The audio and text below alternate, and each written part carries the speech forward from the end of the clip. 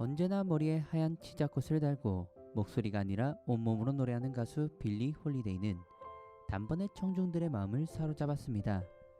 보통 노래를 부른 뒤 손님들 무릎 위에 앉으며 팁을 받아 챙기거나 던져주는 팁을 받기 위해 허리를 숙이게 되는데, 허리를 숙일 때 가슴이 다 드러나 죽은다는 손님들이 굉장히 많았다고 합니다.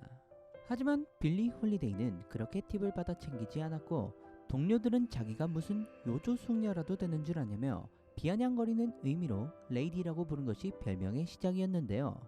그런 빌리의 모습을 보다 못한 어느 부자 손님이 빌리 홀리데이에게 떨어진 돈을 직접 손에 쥐어주었고, 이후 빌리의 손님들은 모두 그렇게 했다고 합니다. 빌리 홀리데이의 인기는 점차 높아졌고, 할렘의 여러 클럽에서 공연할 때마다 머리카락에 꽂은 하얀 치자꽃은 빌리 홀리데이의 전설을 이루는 일부가 됩니다. 꽃 한 송이와 꼿꼿이 허리를 펴고 무대 위에 선 그녀의 자태는 몹시 품이 있고 우아한데다 기품이 넘쳐 레이디데이라는 별명까지 얻었고, 기품 있는 숙녀 빌리 홀리데이라는 의미의 이 별명은 시련과 고난 속에서도 담담히 예술혼을 펼치던 그녀를 위한 찬사와도 같은 것이었습니다. 그러던 중 당시 스윙 음악의 대중적인 인기에 힘입어 당대 큰 인기를 누린 백인 엔터테이너 아티쇼가 그녀를 찾아와 보스턴 연주 여행에 함께 해줄 것을 제의했고, 흑인 여성 가수인 빌리 홀리데이와 백인 악사 13명을 한 무대에 세운다는 이 제안은 인종차별이 팽배했던 당시 사회 분위기에서 파격에 가까운 제의였습니다. 빌리는 이 제안을 받아들이고 순회 연주에 동참하며 흥행에는 그럭저럭 성공했지만 순회 연주 기간 내내 심각한 인종차별의 벽을 느껴야 됐는데요. 미국 남부의 세인트루이스에서는 백인 악단이 흑인 가수의 노래를 반주해서는 안 된다며 공연을 제재했고, 뉴욕의 한 호텔에서 빌리 홀리데이가 흑인이라는 이유만으로 정문이 아닌 부엌문으로 출입할 것을 강요하기도 했습니다. 빌리 홀리데이가 이런 인종차별의 높은 벽을 느낀 것은 이때가 처음이 아니었는데요. 초창기 공연했던 카운트 베이시 악단과 공연할 때 디트로이트의 폭스 시어터 지배인은 그녀를 보고 흑인치고는 너무 희다는 이유로 얼굴에 검댕을 칠하게 했고, 백인 밴드와 공연을 하게 되자 이번엔 그녀의 얼굴이 백인들과 연주하기엔 너무 검다는 이유로 핑크 물감을 강제로 칠하게 했습니다. 그래도 그녀가 비교적 노래 부르는 동안엔 자유로울 수 있었는데요.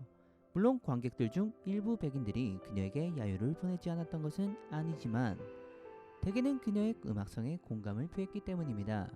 그러나 무대에서 내려오면 그 순간부터는 그녀는 뮤지션이 아니었고 흑인이라는 이유로 엄청난 차별을 당하며 사람 대우를 받지 못합니다.